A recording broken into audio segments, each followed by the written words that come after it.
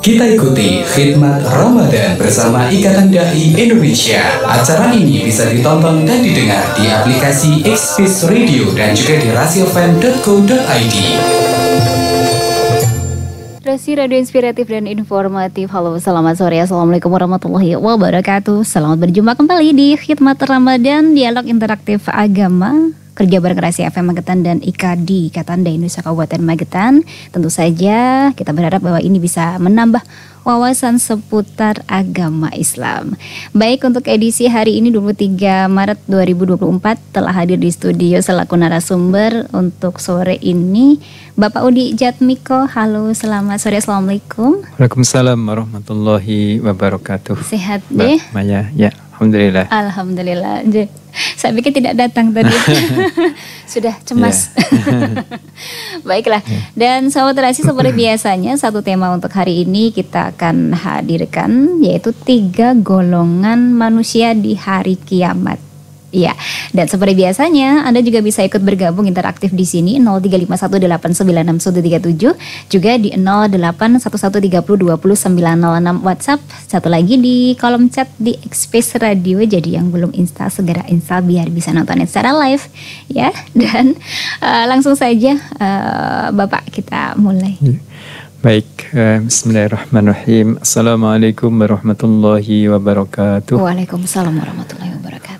Alhamdulillahi rabbil alamin. Wassalatu wassalamu ala anbiya'i wal mursalin sayyidina Muhammadin wa ala alihi wa ashabihi ajma'in, amma ba'd. Fa ya ayyuhal ma'asyiral muslimin rahimakumullah, sahabat Rasi yang dimuliakan oleh Allah, usikum menafsi bitaqwallah wa ta'atihi la'allakum turhamun. Sahabat Rasi yang dimuliakan oleh Allah dan tentu Mbak Maya yang dimuliakan oleh Allah. Alhamdulillah pada sore hari ini kita dapat bersama Mbak Maya menemani sahabat Rasi semuanya untuk bersama-sama meriayah atau memelihara keimanan kita yang sudah Allah berikan kepada kita. Sebagaimana Allah tegaskan dalam salah satu ayatnya, walakinnallaha habbaba ilaikumul iman wa zayyanahu fi qulubikum wa karaha ilaikumul kufra wal fusuqa wal isyan. Akan tetapi Allah lah yang menanamkan keimanan, kecintaan keimanan kepada kalian, dan dengan keimanan itu Allah menambah, dan dengan kecintaan itu Allah menambah keimanan yang sudah ada. Mudah-mudahan ini adalah wujud ikhtiar kita agar Allah membuka hidayah kepada kita dalam petunjuk-petunjuknya yang banyak, karena kita dalam menjalani sebuah perjalanan yang tentu memerlukan hidayah, memerlukan petunjuk, dan kalaulah tidak ada petunjuk dari Allah, tentu kita tidak akan bisa sampai seperti ini. Jadi kita ucapkan alhamdulillahilladzi hadana li hadza. Segala puji bagi Allah yang terberikan hidayah ini kepada kami. Wa ma kunna linahtadiya laula an hadanallah. Kalaulah tidak karena petunjuk dari Allah, kita tidak bisa seperti ini. Jadi mari kita bersyukur kepada Allah Subhanahu wa taala. Maka dari itu untuk tema kita ini adalah untuk mencoba melihat apa yang nanti mungkin terjadi di hari kiamat. Bukan mungkin, yang akan terjadi di hari kiamat. Dan di sana Allah sudah ceritakan. Dan kita ketahui Mbak Maya bahwa manusia akan hidupnya di dunia dan di akhiratnya. Di dunia juga ada 3 kelompok, 3 golongan manusia. 3 kelompok manusia dalam surat Al-Baqarah ayat 1 sampai dengan ayat 20 itu menyebutkannya begitu. Yang pertama adalah orang-orang bertakwa. Kemudian yang kedua orang yang kafir. Yang ketiga adalah orang munafik. Orang bertakwa Allah sebutkan ciri-cirinya dan juga balasan yang akan didapatkannya. Kalau orang bertakwa disebutkan ulaika ulaika ala hudam mir rabbihim wa ulaika humul muflihun. Dia akan mendapatkan petunjuk dari Tuhannya Allah Subhanahu wa taala, dan mereka orang bertakwa orang yang sukses. Demikian juga Allah juga ceritakan tentang orang-orang kafir yang jelas di sana adalah yang dimaksudkan adalah mengkufuri seluruh, mengingkari seluruh apa yang ya keberadaan Allah Subhanahu wa taala, mengingkari seluruh agama yang Allah berikan ini. Mereka seperti sawaun alaihim a'angdartahum am lam tungdiruhum la yu'minun. Jadi sama saja engkau berikan peringatan atau tidak, mereka tetap tidak beriman. Khatamallahu ala qulubihim, hati mereka sudah ditutup mati, wa ala samihim wa ala absarihim ghishawah, pendengaran, penglihatan mereka ditutup pula. Kemudian ulaika khatamallahu ala qulubihim wa ala samihim wa ala absarihim ghishawatu wa lahum adzabun adzim. Wa lahum, bagi mereka adalah azab yang besar yang tidak pernah terkira. Dan juga orang munafik yang diceritakan agak panjang ini, mereka juga sama. Walahum adzabun alimum bima kanu yakdzibun. Mereka mendapatkan azab yang pedih. Nah, itu tentu juga menjadi pelajaran bagi kita, Mbak Maya, agar kita nanti punya ikhtiar untuk milih. Jadi kita ingin seperti apa, karena di sana sudah ada jelas balasannya. Kemudian seperti apa itu, seperti apa, maksudnya seperti kriteria seperti apa, maka kita pun tahu ya orang bertakwa itu seperti ini, orang kafir seperti itu. Nah, ketika atau mungkin disampaikan atau bisa dikatakan bahwa munafik itu berada di antara keduanya tuh bagaimana? Enggak, hakikatnya munafik, yang dimaksud munafik itu memang yang dimaksud dalam ayat ini munafik itu munafik i'tiqadi, karena munafik itu banyak, ada munafik amali. Munafik i'tiqadi itu munafik keyakinan. Jadi dia secara keyakinan itu menolak apa yang Allah turunkan, menolak Allah lah. Tetapi dia kemudian karena kepentingan tertentu maka dia menutupi keingkaran kekafirannya itu dengan cover, dengan tutup. Maka sebenarnya dia hakikatnya juga kafir. Maka dari itu disebutkan di sini walahum adzabun alim bima kanu yakdzibun, karena azabnya pedih. Mungkin ini tidak kita bahas ya, karena sering dibahas di berbagai macam kesempatan, tapi hanya kita ingin menyampaikan di dunia juga ada 3 golongan. Nah, ini kita coba di akhirat. Nah, di akhirat ini di dalam surat Al-Waqi'ah ya. Jadi ketika Allah mengawali cerita surat Al-Waqi'ah itu tentang kiamat. Idza waqa'atil waqi'ah laisa liwaq'atiha kadzibah khawidatur rafi'ah idza rujjatil ardu rajja wa bussatil jibalu bassa fakanat haba'am mumbatsa. Jadi Allah Subhanahu wa taala berfirman, apabila terjadi hari kiamat dan terjadinya itu tidak dapat didustakan, pasti terjadi gitu maksudnya gitu ya. Tidak bisa disangkal, pasti terjadi. Khawidatur rafi'ah. Kejadian itu merendahkan satu golongan dan meninggikan golongan yang lain, karena sudah mendapatkan balasan sesuai apa yang diikhtiarkan di dunia tadi ya. Sesuai yang dilakukan di dunia gitu ya. Kemudian idza rujjatil ardu rajja, apabila bumi ini diguncangkan sedahsyat-dahsyatnya. Dalam surat Al-Zalzalah juga ada idza zulzilatil ardu zilzalaha. Maka lanjutnya adalah wabussatil jibalu bassa, dan gunung-gunung itu dihancur-luluhkan sehancur-hancurnya. Fakanat haba'am mumbatsa, maka jadilah dia debu berterbangan. Wa kuntum azwajan salasa. Jadi dan kamu menjadi 3 golongan. Nah, ini sahabat relasi yang dimuliakan Allah, mungkin nanti kita juga akan bahas bagaimana balasan kemudian orang-orang dari ketiga golongan ini ya. Nah, baik, tapi sebelumnya kita akan hadirkan beberapa informasi. Tentunya jangan kemana-mana, masih di Khidmat Ramadan. Anda masih mengikuti acara Khidmat Ramadan bersama Ikatan Dai Indonesia.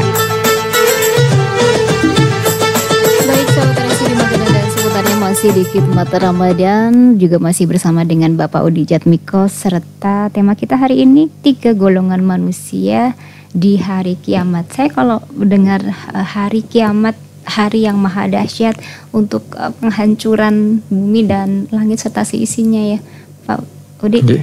Iya, saya tuh pernah membaca bahwa orang-orang yang beriman itu justru sudah dimusnahkan terlebih dahulu. Jadi 3 golongan yang dimaksud ini adalah mereka yang tidak dimusnahkan tersebut atau bukan itu yang dimaksud ya? Ya nanti kita jelaskan mungkin ya. Jadi intinya yang tanyakan Mbak Mia tadi, ini kejadian setelah kiamat selesai, setelah dibangkitkan. Oh, ya. Setelah dibangkitkan. Jadi dalam, di padang mahsyar itu ya. Kalau jelas menjelang hari kiamat itu, memang hari kiamat itu sebenarnya ada siksa yang, jadi yang ada nanti orang-orang kafir, orang beriman semua akan diwafatkan terlebih dulu sebelum terjadinya kiamat yang dahsyat ini. Nah, setelah itu sebelumnya ada yang bergabung, kita coba terima. Halo, selamat sore, assalamualaikum. Halo, assalamualaikum. Waalaikumsalam, Bu Sri Huning. Ya, Bu Sri Huning. Ya. Selamat sore Bapak. Selamat sore Ibu. Monggo Bu. Sehat-sehat ya Bapak. Alhamdulillah Bu Sri Huning. Nggih. Napa badhe nyuwun prisa. Nggih. Salat tarawih menika kan ngagem napa Pak witir nggih, witir. Nggih, witir. Menawi salat tahajud nika kados pundi? Ngagem witir napa mboten kula menawi salat dalu menika terakhir menika ngangge witir. Lajeng nyuwun prisa malih menapa menika salat tobat nika kaliyan tahajudnya kang dipun riyenaken salat tobat napa salat tahajudipun. Nggih. Ngaten mawon, sembah nuwun. Assalamualaikum. Waalaikumsalam matur suwun Ibu Sri Huning. Kamargi kalau tangkletipun mawi basa Jawa, kita Jawa basa Jawa. Saya enggak ngerti. Jadi ngaten Bu Sri Huning, umpami panjenengan sampun nindakaken salat tarawih, lajeng sampun derek witir datang masjid menika, mangke dalunipun umpami badhe nindakaken salat tahajud mboten sah damel witir malih. Terus napa menika salat tahajud 2 rakaat salam, lajeng mangke mboten sah witir. Rakaate pinten? Sak kiyate sak cekape wedal. Misalkan menyan wungu jam 1 berarti kan dangu sangat niku. Berarti saged mangke saged rakaate kathah. Tapi umpami wungunipun sampun nate mepet, durung siap-siap mangke kagem sahur, mila mangke nggih sak cekape lan sak kiyate. Menika napa menika nek salat tahajud. Lajeng napa Mbak? Saya mau menanyakan ini, saya pernah dengar itu kan kalau habis witir enggak boleh. Bukan, maksud saya salat malam itu maksimal 2. Seperti itu kalau sudah tarawih, sudah witir berarti tidak bisa malam melaksanakan tahajud seperti itu. Bagaimana? Itu ya, yang saya memang ada hadis yang menegaskan tentang sholat witir. Bapak itu sholat yang dilaksanakan terakhir dari semua sholat. Habis sholat witir nggak ada sholat lagi. Tapi beberapa ulama Bapak yang dimaksudkan nanti adalah ketika memang sebaiknya witir itu ditaruh di paling akhir, di terakhir. Tapi ketika kita kemudian mengikuti segala aktivitas di tengah masyarakat kita dan mereka kemudian melaksanakan sholat witir, sebenarnya kita gabung ikut sholat witir. Hanya nanti kalau ingin melanjutkan sholat malamnya, ya tidak sholat witir lagi. Berarti tidak 2 ya, tapi boleh lebih dari 2, maksudnya 3 kan berarti sholat tarawih, sholat tahajud sama sholat witir 3. Jadi kan kalau bersama dengan masyarakat di masjid itu kan sholat tarawih ada yang 8, ada yang 23 dengan plus witirnya ya. Kan 11 plus witirnya. 2 sholat seperti itu ya. 2 sholat. Yang saya dengar kan maksimal sholat malam itu 2 saja gitu. Ndak kalau misalnya sudah 2 itu ya sudah ndak usah sholat tahajud seperti itu. Maksud saya. Tentu kita tidak ya banyak pendapat ya, tetapi intinya kita bagaimana bulan Ramadan yang penuh berkah ini bisa maksimal. Masa kita dibatasin untuk sholat ya hanya di waktu yang mungkin kekhusyuan kita, mungkin juga termasuk kecepatan kita untuk sholat kan biasanya sholat tarawih agak cepat gitu ya karena bersama dengan masyarakat banyak. Kalau sholat sendiri kan bisa khusyuk Bisa kita dengan pelan-pelan, pelan, dengan banyak zikirnya, dengan banyak doanya. Insya Allah para ulama mensepakati begitu. Jadi kita boleh sholat tahajud lagi, ya. Tahajud lagi ya, tahajud lagi, tetapi tidak dengan witir. Jadi sholat 2 rakaat salam sampai nanti semampunya, sekuatnya, ya. Terus kemudian yang kedua tadi ketika kita ingin melaksanakan sholat tobat, sholat tahajud, sholat hajat, sholat tasbih macam-macam itu yang didahulukan mana kan begitu. Sebenarnya semua sholat itu punya fadilah, punya keutamaan. Jadi mana yang dianggap kita ya deh. Jadi tidak harus ini dulu enggak. Tetapi mana yang dianggap kita itu mungkin prioritas kita laksanakan ya, karena nanti jangan-jangan kalau kita taruh di terakhir waktunya sudah sahur, sudah waktu menjelang subuh, kita nggak ada waktu untuk melaksanakan. Jadi misalkan Ibu Sri Uning pengen akan sholat tobat ya sholat tobat dulu. Jadi sholat tobat itu sebenarnya bisa dilaksanakan juga di waktu-waktu yang lain, di siang hari boleh, di setiap saat, kecuali ada waktu yang dilarang untuk sholat. Jadi misalkan kita begini Mbak, kita misalkan melakukan kemaksiatan ya, dosa besar lah. Kalau dosa-dosa kecil kita mungkin istighfar, mohon ampun pada Allah. Kalau dosa besar, ya mencuri, berzina, macam-macam itu kan dosa besar, berani kepada orang tua, maka kita spontan, tidak usah nunggu malam. Jadi misalkan kita di waktu pagi itu melakukan suatu dosa besar, misalkan kita berani kepada orang tua kita, maka kita cepat ambil wudhu dan sholat 2 rakaat, niatnya sholat tobat. Jadi bertobat atas perilaku yang baru saja kita lakukan tadi. Baik. Saya juga pernah dengar bahwa ada keutamaan di mana ketika perempuan sudah selesai haid ya, kemudian dia mandi lalu melaksanakan sholat taubat seperti itu. Mohon dijelaskan. Ya, dimungkinkan begini, karena di masa haid itu kan ada beberapa ibadah yang dilarang ya, termasuk sholat, puasa gitu kan. Membaca Al-Quran tentu boleh asal tidak menyentuh. Ya. Membaca boleh tapi tidak menyentuh. Kalau misalkan hafal Quran bagus, menghafal itu bagus. Tapi misalkan membaca surat Al-Fatihah tidak menyentuh tidak apa-apa. Al-Fatihah kan juga yang bukain orang lain lalu membaca boleh. Gitu. Oh, iya.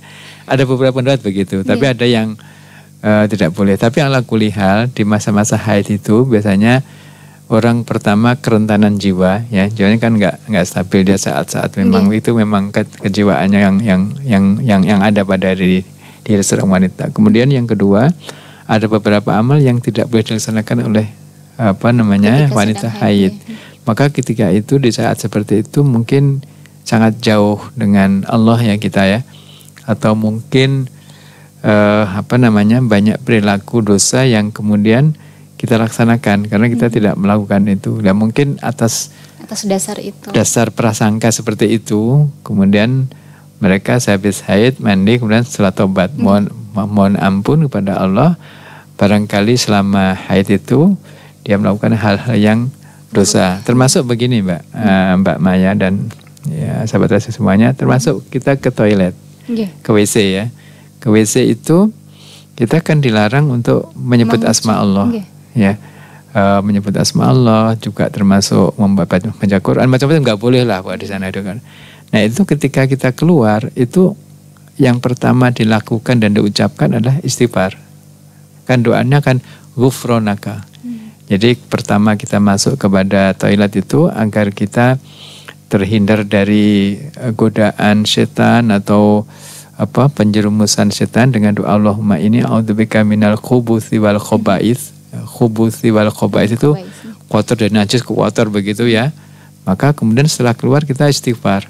Barangkali di dalamnya tadi, di dalam toilet tadi kita melakukan sesuatu yang dosa gitu ya. Makanya jangan lama-lama di toilet. Ini kayaknya saya pernah ini gimana ya.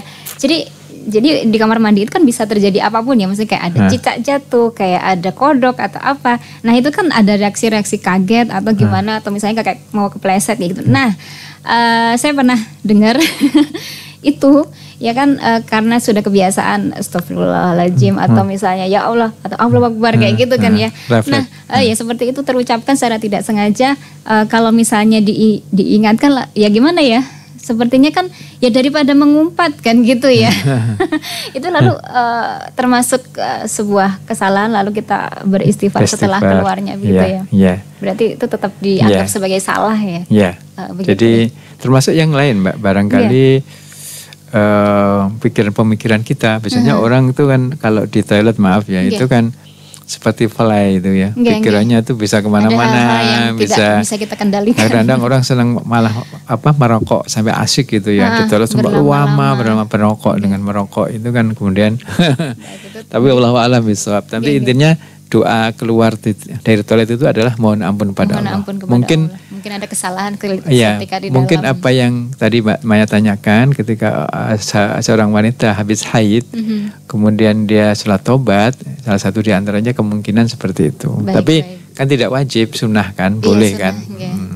Baik, dan saudara sih beberapa informasi kita hadirkan terlebih dahulu sebelum kita obrolkan kembali tentang 3 golongan manusia di hari kiamat. Jangan kemana-mana. Anda masih mengikuti acara Khidmat Ramadan bersama Ikatan Dai Indonesia.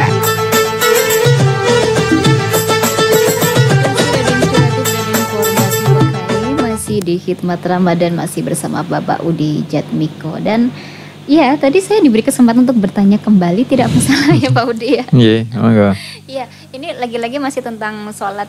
Ini yang akan saya tanyakan itu tentang tempat sholat. Jadi kan bahwa tempat sholat itu diharuskan bersih, suci seperti itu ya. Cuman kalau punya anak kecil ya kan, jadi itu kan bisa berkemungkinan kena air kencing ya. Kemudian kalau sama satu lagi, ini kan kalau kucing itu memang tidak masalah ya untuk berada di atas sajadah, mengganggu seperti itu. Cuman kan secara dia mengganggu konsentrasi, kekusukan dan lain sebagainya. Lo gimana gitu? Baik. Yang pertama, atau mungkin yang pertama itu kalau misalnya kita sudah meletakkan sajadah itu jadi tidak masalah, atau memang harus seperti apa? Jadi yang pertama memang disarankan, ditekankan begitu untuk setiap rumah itu ada kalau kan laki-laki sholatnya di masjid ya Mbak ya. Kalau perempuan kan di rumah, maka ada mihrab. Mihrab itu musola lah, tempat sholat khusus ruangan itu untuk sholat. Tentu ketika kita sudah memiliki itu, pasti kita bisa menjaga dari kekhawatiran tadi, seperti anak-anak, seperti kemudian kucing, dan bisa kita rawat ruangannya itu bisa nyaman untuk kita sholat walaupun kecil ya, itu dimungkinkan begitu. Tapi kalau tidak ya ada. Kadang kan rumah perumnas itu kan harus campur pendek kecil saja, kecuali luas yang luas.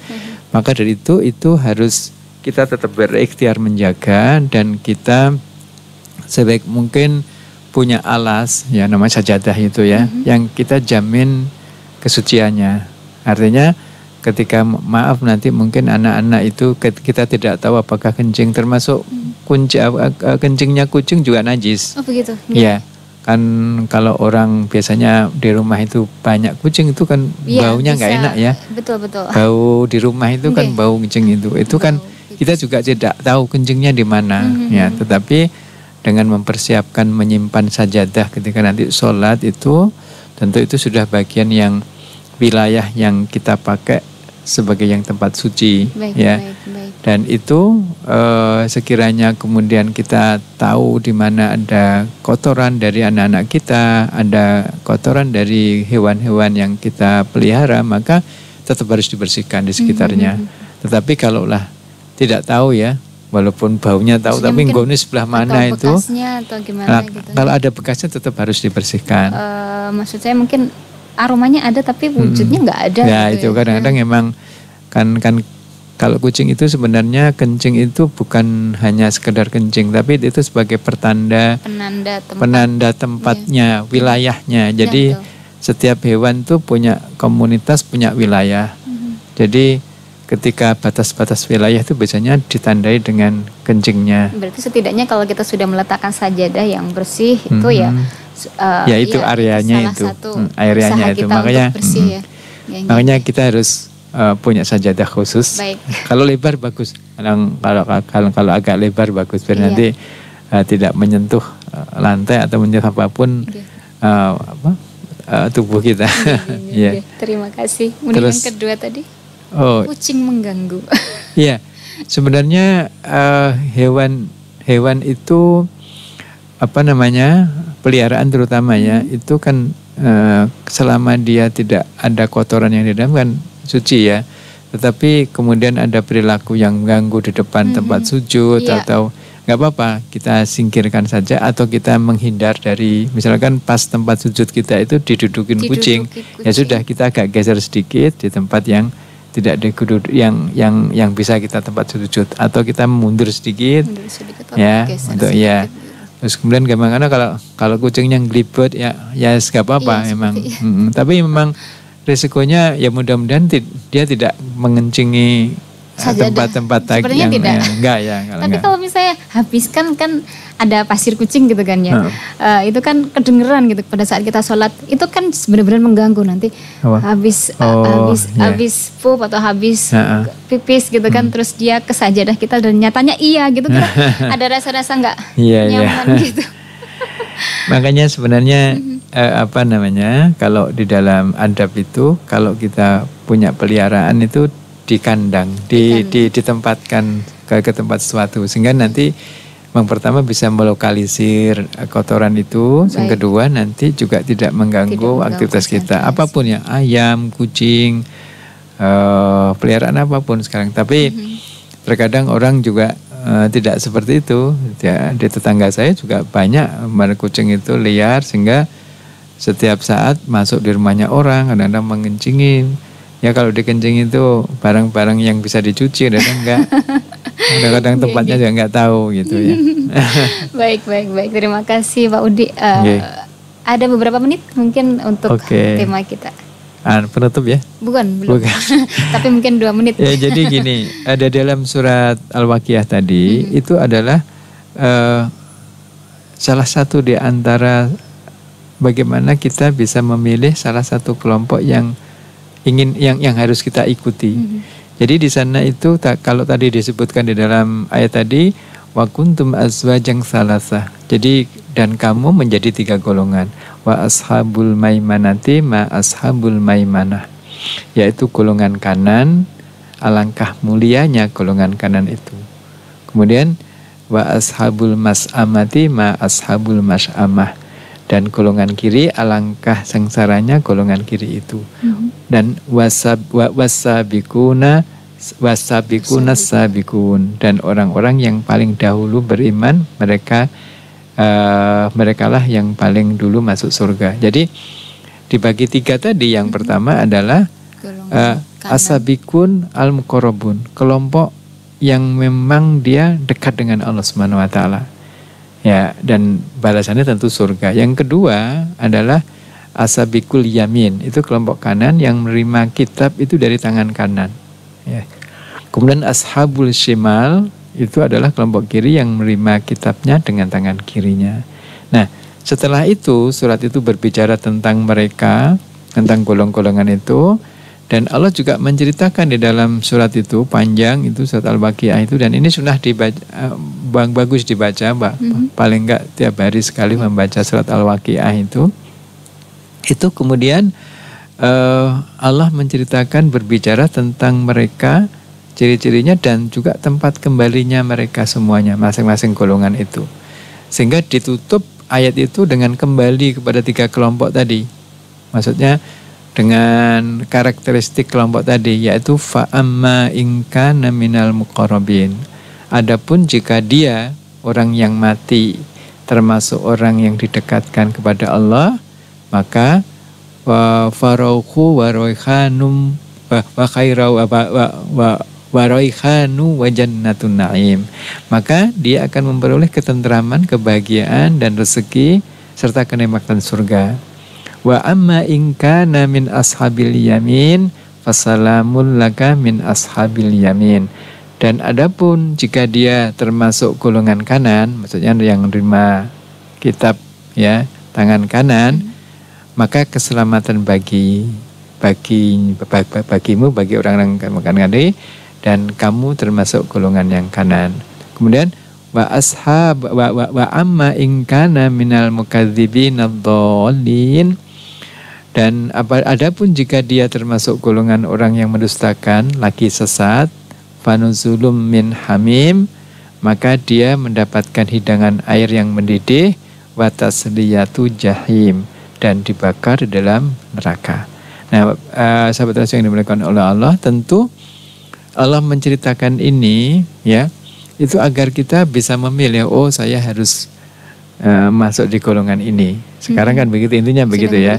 Nah, apalagi kemudian kita disentuh dengan sentuhan hati. Jadi setelah menyebutkan tempat kembali ketika kelompok tadi, maka dalam surat Al-Waqiah ini menyeru untuk memikirkan ciptaan Allah. Agar apa? Agar kita tersentuh, benar-benar mikir begitu ya. Jadi manusia dapat kembali menata hatinya, memperbarui imannya, memenuhi pilihan dengan baik, memenuhi pilihannya dengan baik, dan kemudian kita bisa melihat di dalam ayat itu objek perenungannya itu meliputi apa yang Allah berikan nikmat kepadanya, kepada manusia, kepada hamba-hambanya. Jadi sebenarnya perenungan yang terbaik itu adalah ngeling-ngeling nikmatipun Gusti Allah. Jadi tiring, wah aku iso ngene ya, bisa bernafas kayak sakit ya, itu kita disyukur itu kenikmatan itu ya. Baik, sebelum ke kesimpulan, ada beberapa informasi yang akan kita hadirkan kembali, jangan kemana-mana. Anda masih mengikuti acara Khidmat Ramadan bersama Ikatan Dai Indonesia.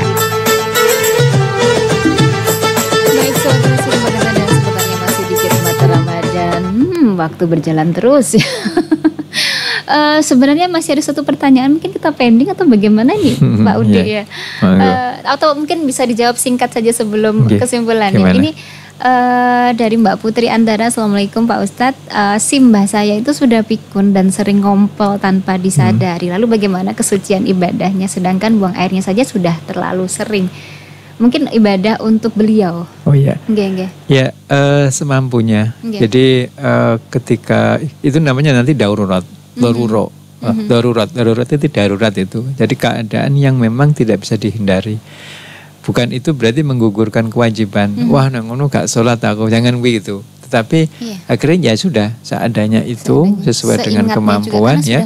Tapi ada cara sebenarnya pampers ya. Ada pakai pampers. Jadi misalkan nanti mau sholat, pampersnya dilepas, kemudian diseko bahasanya begitu ya, dibersihkan pakai waslap. Habis itu sholat, paling sebentar sholatnya, habis nanti kalau dipakaikan lagi pampersnya, berzikir kan nggak apa-apa, nggak batal kan nggak. Tengah-tengah sholat lalu pipis karena nggak berasa. Ya nggak apa-apa. Ya namanya juga sudah berusaha ya. Baik. Oke, langsung kita. Iya, jadi tadi kalau kita melihat inilah saat-saat sulit yang mengerikan ya, ketika nanti terjadi kiamat. Siapa dari kita nanti yang akan menjadi pemenang dan dekat dengan Allah, maka dia akan diringankan dari kesulitan dan kedahsyatan hari kiamat itu. Dan siapa di antara kita yang akan menjadi kelompok kanan, dan siapa di antara kita yang mengakhiri kehidupannya dengan kesengsaraan. Nah, semoga Allah SWT melindungi kita semuanya, dan kita termasuk golongan sabiquna al-muqarrabun, atau kita termasuk golongan yang menerima kitab dengan tangan kanan. Saya kira demikian. Mohon maaf atas kekhilafan. Aku qouli hadza, astaghfirullahal azim li wa lakum. Wa qur rabbighfir warham wa anta khairur rahimin. Wabillahi taufiq wal hidayah. Assalamualaikum warahmatullahi wabarakatuh. Waalaikumsalam warahmatullahi wabarakatuh. Terima kasih Pak Udi Jatmiko sudah hadir di studio selaku narasumber untuk Khidmat Ramadan edisi hari ini. Dan terima kasih juga untuk Anda semuanya. Demikian, semoga bermanfaat. Insya Allah ketemu lagi esok di jam yang sama. Selamat sore. Wassalamualaikum warahmatullahi wabarakatuh. Terima kasih, baru saja Anda ikuti Khidmat Ramadan. Acara ini dipersembahkan oleh Radio Rasia FM Magetan dan bekerja sama dengan Ikatan Dai Indonesia Magetan.